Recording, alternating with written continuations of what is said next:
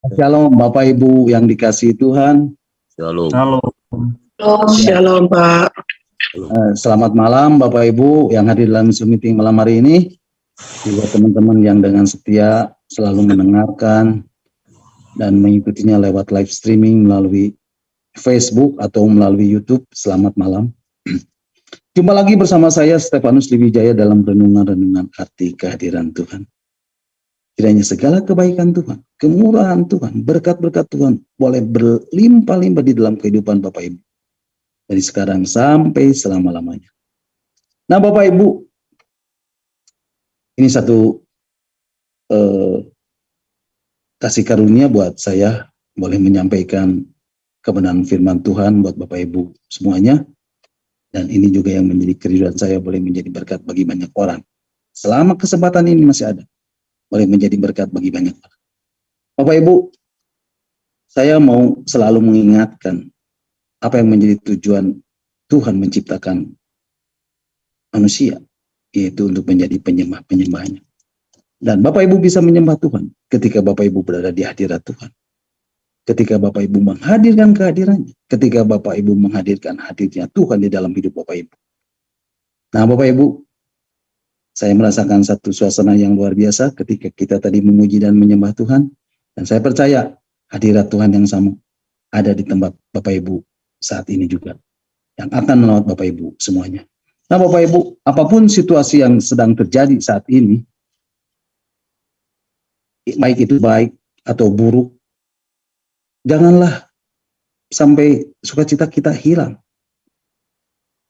Karena semua yang terjadi di dalam kehidupan kita, itu Allah izinkan terjadi. Dan Tuhan pasti memiliki maksud dan tujuan yang mulia. Meskipun kita terkadang merasakan itu tidak baik menurut kita. Tetapi percayalah, berharaplah selalu kepada Tuhan. Dan andalkanlah Tuhan. Maka dia akan memberikan kepada kita jalan keluar. Nah Bapak Ibu, malam hari ini kita akan merenungkan bagian-bagian firman Tuhan tentang arti kehadiran Tuhan bagian yang ke-90. Dan Bapak Ibu bisa mendengarkan kembali renungan-renungan yang sudah saya sampaikan tentang arti kehadiran Tuhan ini, yang sudah Pak Hensia lewat WhatsApp Discipleship and Zoom. Nah Bapak Ibu, malam hari ini kita akan kembali membahas dan merenungkan bagian firman Tuhan tentang arti kehadiran Tuhan bagian 90. Dan saya masih beri tema penyembahan yang berkenan. Dan ini adalah bagian yang kedua. Nah Bapak Ibu siap diberkati? Boleh lambaikan tangan buat Tuhan. Haleluya. Bapak Ibu, minggu yang lalu kita sudah belajar apa itu penyembahan yang berkenan di hadapan Tuhan. Penyembahan yang berkenan di hadapan Tuhan adalah bentuk ibadah penyembahan yang persis dibuat oleh keempat makhluk itu. Seperti yang dicatat di dalam kitab Wahyu pasal yang keempat, ayat yang ke-7 dan ke-8. Siang dan malam mereka memuji dan menyembah Tuhan. 24 jam setiap hari. Mereka meninggikan dan menyembah Tuhan. Begitu rupa. Sampai ke-24 tua-tua tersungkur di hadapan Dia yang duduk di atas tahta itu dan menyembah Dia. Dan melemparkan mahkotanya di hadapan tahta itu. Melemparkan mahkotanya di bawah kaki daripada Allah yang Maha Kuasa. Nah Bapak Ibu, ini adalah tingkat worship penyembahan yang paling tinggi, yang sebetulnya Allah inginkan juga turun di tengah-tengah kita. Nah Bapak Ibu, yang menjadi pertanyaan adalah, kapan itu terjadinya? Kalau worship kita, kalau penyembahan kita bisa sinkron dengan apa yang terjadi di surga saat ini. Kalau penyembahan kita sinkron dengan penyembahan yang terjadi di surga saat ini. Bapak Ibu, sebenarnya ini adalah rahasia yang besar yang Tuhan singkapkan buat kita. Dan saya mau beritahu sekali lagi. Di surga ada 4 makhluk yang setiap hari, setiap saat menyembah Tuhan. Hari ini mereka menyembah Tuhan. Tiap jam, tiap menit, tanpa henti-hentinya menyembah Tuhan. Mereka menyembah Tuhan. Tidak berhenti. terus menyembah Tuhan. Mereka menyembah dan menyembah. Dan ini jenis penyembahan yang berkenan dan yang paling berkenan di hadapan Tuhan. Allah selalu berkenan dengan penyembahan mereka. Dan yang Tuhan mau adalah apa yang dibuat di bumi ini sinkron sama paralel dengan apa yang telah terjadi di surga. Paralel dengan apa yang dibuat oleh keempat makhluk di surga. Nah, saya mau beritahu Bapak Ibu. Begini Bapak Ibu. Kalau penyembahan Bapak Ibu benar di hadapan Tuhan, kalau penyembahan Bapak Ibu pas di hati Tuhan, kalau worship Bapak Ibu sinkron dengan apa yang Dia inginkan, maka Alkitab berkata, Dia bertahta di atas puji-pujian umatnya. Bapak Ibu bayangkan, kalau penyembahan Bapak Ibu benar, dan kalau itu dihadirkan setiap saat, di mana saja, kapan saja, di dalam doa pribadi Bapak Ibu, ketika Bapak Ibu sedang bekerja, atau melakukan sesuatu, ketika Bapak Ibu sedang berkendaraan. Nah, saya mau beritahu Bapak Ibu, kehidupan Bapak Ibu akan dahsyat. Dan hidup Bapak Ibu akan selalu disertai Tuhan. Dan Tuhan akan selalu beserta dengan Bapak Ibu. Amin. Nah, tapi sayangnya Bapak Ibu, banyak orang Kristen, orang-orang percaya, anak-anak Tuhan, murid-murid Yesus, mereka menyembah Tuhan untuk mencari berkat-Nya. Dan tidak mencari akan pribadinya. Sehingga mereka tidak bisa berlama-lama menyembah Tuhan. Itu yang tidak membuat mereka tidak tahan dalam menyembah. Karena yang mereka cari hanyalah berkat yang semata. Dan bukan pribadinya. Yang adalah sumber berkat itu. Nah Bapak Ibu, saya mau beritahu Bapak Ibu, itu adalah kebodohan yang dilakukan oleh kita sebagai orang Kristen. Nah Bapak Ibu, malam hari ini kita akan melihat, kita akan belajar dari dua tokoh di dalam Alkitab yang saya perhatikan memiliki kualitas di hadapan Tuhan yang sama, tetapi memiliki motif yang berbeda. Nah Bapak Ibu, Yakub menurunkan 12 suku Israel. Dan Musa hampir saja menggantikan posisinya Yakub. Mari Bapak Ibu kita akan membacanya dalam kitab Keluaran pasal yang ke-32 ayat yang ke-10. Kitab Keluaran pasal 32 ayat yang ke-10 mengatakan, oleh sebab itu biarkanlah aku supaya mukaku bangkit terhadap mereka, dan aku akan membinasakan mereka. Tetapi engkau, perhatikan Bapak Ibu, tetapi engkau, dan ini Musa, akan kubuat menjadi bangsa yang besar. Bapak Ibu lihat, Musa hampir saja menggantikan posisi Yakub, karena Tuhan murka atas bangsa Israel ini. Tetapi Musa tidak mau. Artinya di hadapan Tuhan, Yakub dan Musa itu memiliki kualitas yang sama.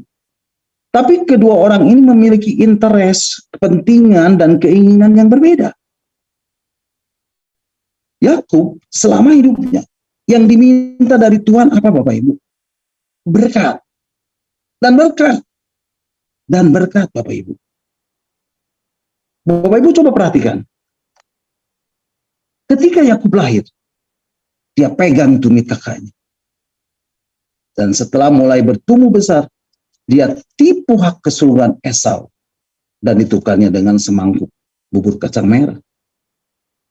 Bapaknya, Ishak, ketika sudah tua, diakal-akalin, ditipu ketika hendak menyampaikan berkat kepada Esau. Dipakainya baju kepunyaan Esau. Dan kulit anak kambing itu dipalutkannya pada kedua tangannya dan pada lehernya. Suaranya dibuat mirip suara Esau. Meskipun Ishak ragu dengan semua ini, tetapi akhirnya Ishak memberkati Yakub sebagai anak sulung. Yakub diberkati oleh Ishak sebagai anak sulung. Dan Esau marah dan dendam. Yakub disuruh melarikan diri ke tempat Laban, ke Haran. Nah, Bapak Ibu perhatikan, di tengah perjalanan menuju Haran, ketika sampai di suatu tempat dan bermalam, dia tertidur dan bermimpi. Dia melihat di bumi didirikan sebuah tangga yang ujungnya sampai ke langit. Dan tampaklah malaikat-malaikat Allah turun naik di tangga itu. Dan Tuhan menyatakan kembali janjinya yang telah dibuatnya kepada Abraham dan Ishak. Dan dia berfirman. Mari Bapak Ibu kita akan membacanya di dalam Kejadian pasal 28 ayat 15. Tuhan berfirman, sesungguhnya aku menyertai engkau dan aku akan melindungi engkau kemanapun engkau pergi, dan aku akan membawa engkau kembali ke negeri ini. Sebab aku tidak akan meninggalkan engkau, melainkan tetap melakukan yang kujanjikan kepadamu. Tetapi apa yang dikatakan Yakub, Bapak Ibu? Mari kita lanjutkan membacanya di dalam kitab Kejadian pasal yang ke-28 ayat yang ke-20 dan 21. Ya, kitab Kejadian 28 ayat 20 dan 21 mengatakan, lalu bernasalah Yakub jika Allah akan menyertai dan akan melindungi aku di jalan yang kutempuh ini, memberikan kepadaku roti untuk dimakan dan pakaian untuk dipakai. Artinya apa Bapak Ibu? Artinya jika Allah memberkati aku, kata Yakub, sehingga aku selamat kembali ke rumah ayahku, maka Tuhan akan menjadi Allahku. Bapak Ibu, inilah yang dikatakan Yakub. Jika engkau memberkatiku, jika Tuhan memberkati aku, maka Tuhan akan menjadi Allahku. Kalau Tuhan memberkati aku, maka aku panggil engkau sebagai Allah Yakub. Padahal Allah dipanggil sebagai Allah Abraham, sebagai Allah Ishak. Tapi sebagai Allah Yakub, sorry Tuhan, berkati dulu. Buktikan dulu kalau engkau memberkatiku, sehingga aku bisa pulang selamat ke rumah ayahku. Bapak Ibu, Yakub diberkati enggak? Diberkati Bapak Ibu. Di tempat Laban, Yakub dikasih 2 istri sekaligus. Kemudian setelah dapat istri, Yakub pulang ke rumahnya, ke rumah ayahnya. Dan dia takut kepada Esau, bukan? Lalu disuruhnya utusan mendahului untuk bertemu dengan Esau. Dan Yakub ada di belakang dan bermalam di kemahnya.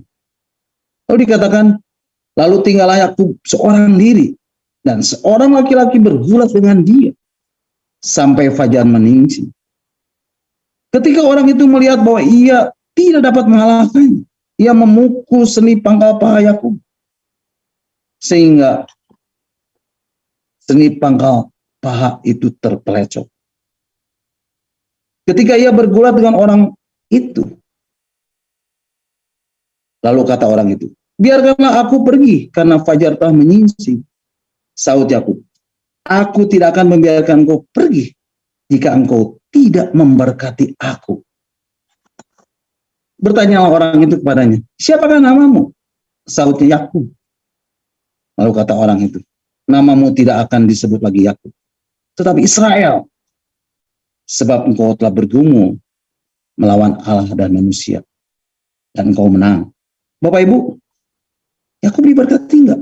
Diberkati. Lihat Bapak Ibu, yang dia minta selalu berkat, berkat, dan berkat. Tetapi Musa, Bapak Ibu, perhatikan, lain.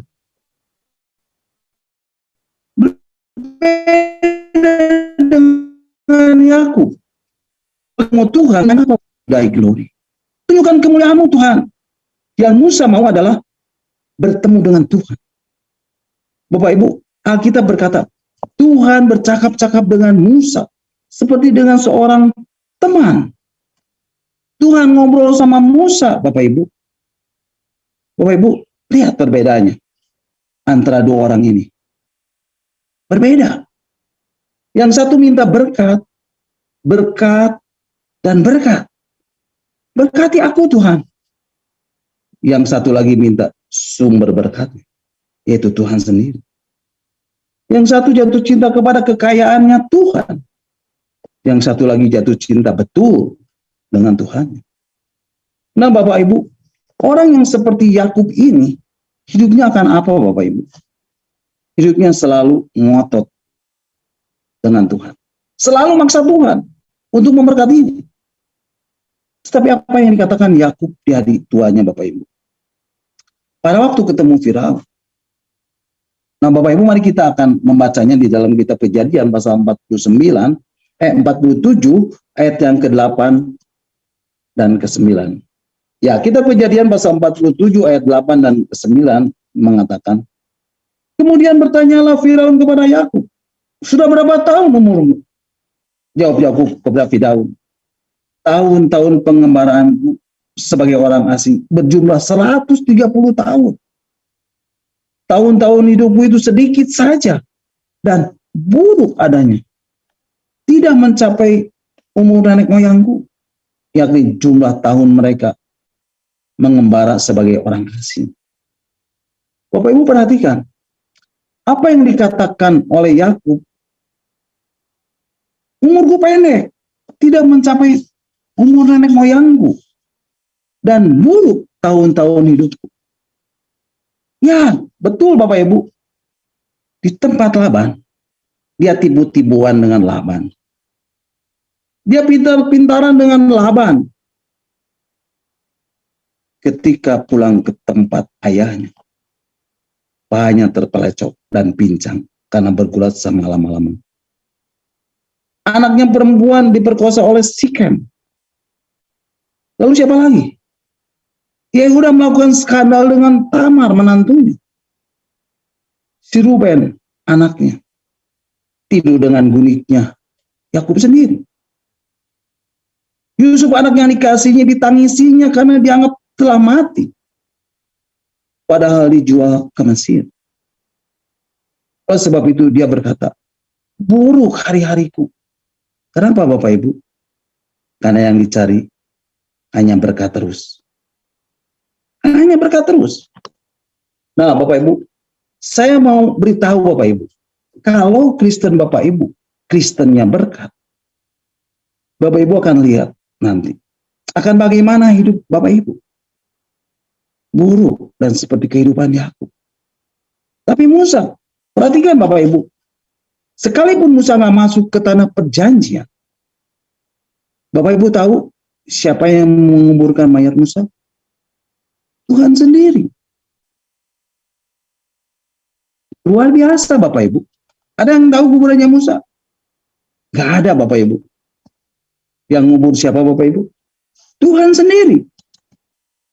Ketika Yesus dipermuliakan di atas sebuah bukit, yang muncul Alia dengan siapa Bapak Ibu? Dengan Musa. Bapak Ibu, lihat hidup Musa ini. Manisnya begitu luar biasa. Nah Bapak Ibu, apa yang mau saya tunjukkan kepada Bapak Ibu mengenai Yakub dan Musa ini?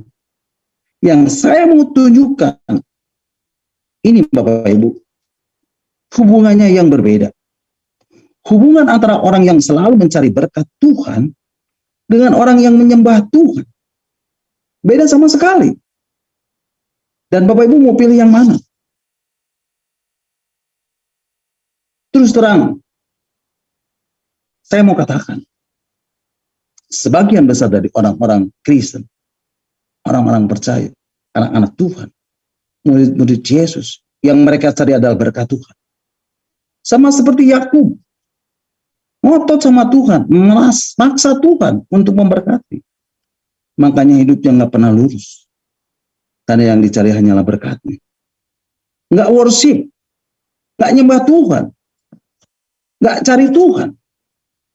Nah Bapak Ibu, Yang Tuhan mau dalam hidup kita setiap hari adalah hidup karena penyembahan. Inilah yang mau saya sampaikan malam hari ini buat Bapak Ibu. Jangan sampai Kristen Bapak Ibu seperti Yakub yang pada akhirnya buruk semuanya. Tapi kalau Bapak Ibu seperti Musa, Bapak Ibu akan tahu kemanisannya luar biasa. Dan Tuhan mencari orang yang seperti Musa, yang hatinya selalu melekat kepada Tuhan, yang selalu ingin menyembah Tuhan, yang dicari bukan berkatnya, tetapi Tuhan yang menjadi sumber berkat itu sendiri. Amin. Dan Bapak Ibu perhatikan, ketika Bapak Ibu mencari sumber dari berkat itu, maka secara otomatis semua yang dia miliki pasti dia berikan. Amin. Bapak Ibu nggak perlu khawatir dengan itu. Tapi yang Tuhan cari dalam hidup ini adalah orang percaya yang sungguh-sungguh hatinya menyembah pada Tuhan. Jadi Bapak Ibu, pada waktu kita menyembah Dia dengan benar, pada waktu kita menyembah Tuhan dengan benar, maka seluruh kepribadian dari Allah akan dicurahkan di tengah-tengah kita. Dan semuanya akan diberikan kepada kita. Waktu nyembah kita benar, maka kepribadian Allah akan turun di tengah-tengah orang yang suka menyembah. Amin. Jadi begini Bapak Ibu, dengar baik-baik. Kalau kita bisa menghadirkan suasana surga turun di tengah-tengah kita, maka tahtanya juga akan turun di tengah-tengah kita. Kalau ibadah Bapak Ibu, penyembahan Bapak Ibu benar di hadapan Tuhan, maka tahta Tuhan akan ada di hadapan Bapak Ibu. Seluruh kepribadiannya akan muncul di hadapan Bapak Ibu. Dan pada saat itulah sebenarnya tidak usah kita teriak apapun juga. Dan pada saat yang sama, Bapak Ibu bisa berharap mutlak kepada Dia. Tanpa Bapak Ibu merasa bimbang dan ragu lagi. Paham Bapak Ibu? Kapan itu terjadi Bapak Ibu? Kalau tahtanya itu muncul di hadapan Bapak Ibu. Jadi penyembahan itu adalah totalitas, seluruh totalitas hidup kita di hadapan Tuhan. Bukan hanya pada waktu kita beribadah, tetapi setiap hari, setiap jam, setiap saat kita bersama-sama dengan Dia. Amin. Nah Bapak Ibu, sampai di sini dulu renungan kita malam hari ini. Dan di akhir dari renungan ini, saya mau menaikkan satu pujian, Bapakku Rindu. Pujian ini sangat luar biasa buat saya Bapak Ibu. Pujian ini mengatakan, Bapak, ku rindu menyenangkanmu. Ajarku lebih dalam lagi untuk mengenalmu. Bapak, ku pinta, layakkan aku. Bawaku untuk menyembahmu di balik tirai yang suci. Bertemu muka denganmu. Tenggelam di dalam kasih-Mu, Bapak. Oh Tuhan, ku rindukan selalu diam dalam diri. Menyenangkanmu, ajarku lebih dalam mengenalmu.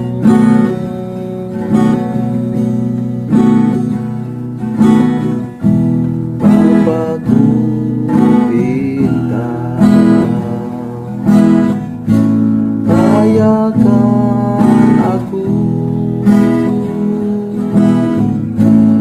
bawaku untuk menyembahmu di balik tirai yang suci.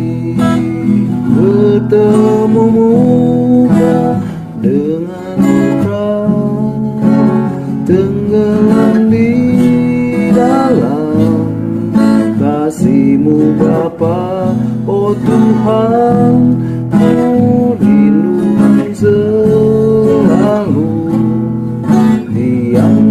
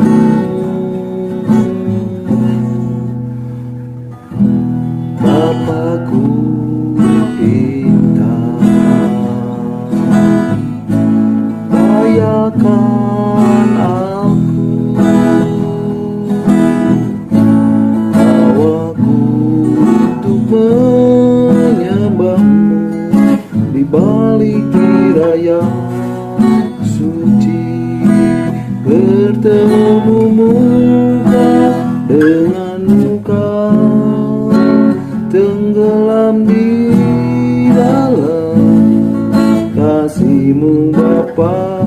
Oh Tuhan, rindu dan selalu diam dalam bait-Mu, bertemu muka dengan muka, tenggelam di dalam kasih-Mu Bapa. Oh Tuhan, rindu dan selalu diam dalam bait-Mu, bertemu muka dengan muka, tenggelam di dalam kasih-Mu Bapa. Oh Tuhan, ku rindu dan selalu diam dalam bait-Mu.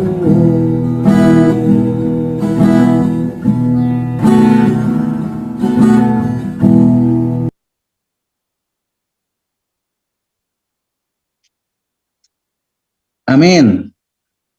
Haleluya. Terpujilah Tuhan. Nah, Bapak Ibu, sampai di sini dulu renungan kita malam hari ini, dan Bapak Ibu bisa mengikuti dan mendengarkan kembali renungan yang akan saya sampaikan minggu depan dalam Zoom meeting Evangelist Planner ini, dalam Zoom meeting Discipleship ini.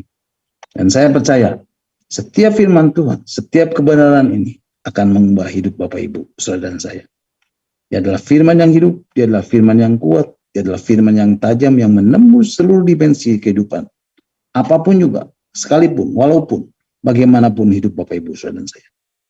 Percayalah, ketika Bapak Ibu mencari kerajaan Allah dan kebenarannya, maka semuanya akan ditambahkan kepada Bapak Ibu. Amin. God bless you all. Nah, silakan Bapak Ibu kalau ada yang mau menambahkan atau ada yang mau bertanya, nanti Pak Hens dan Pak Lepri yang akan menjawabnya. Amin. Tuhan Yesus memberkati. Puji Tuhan. Mari Bapak Ibu, kita akan kembali mengucap syukur buat renungan yang sudah kita dengar dan yang sudah saya sampaikan, dan kita akan berdoa.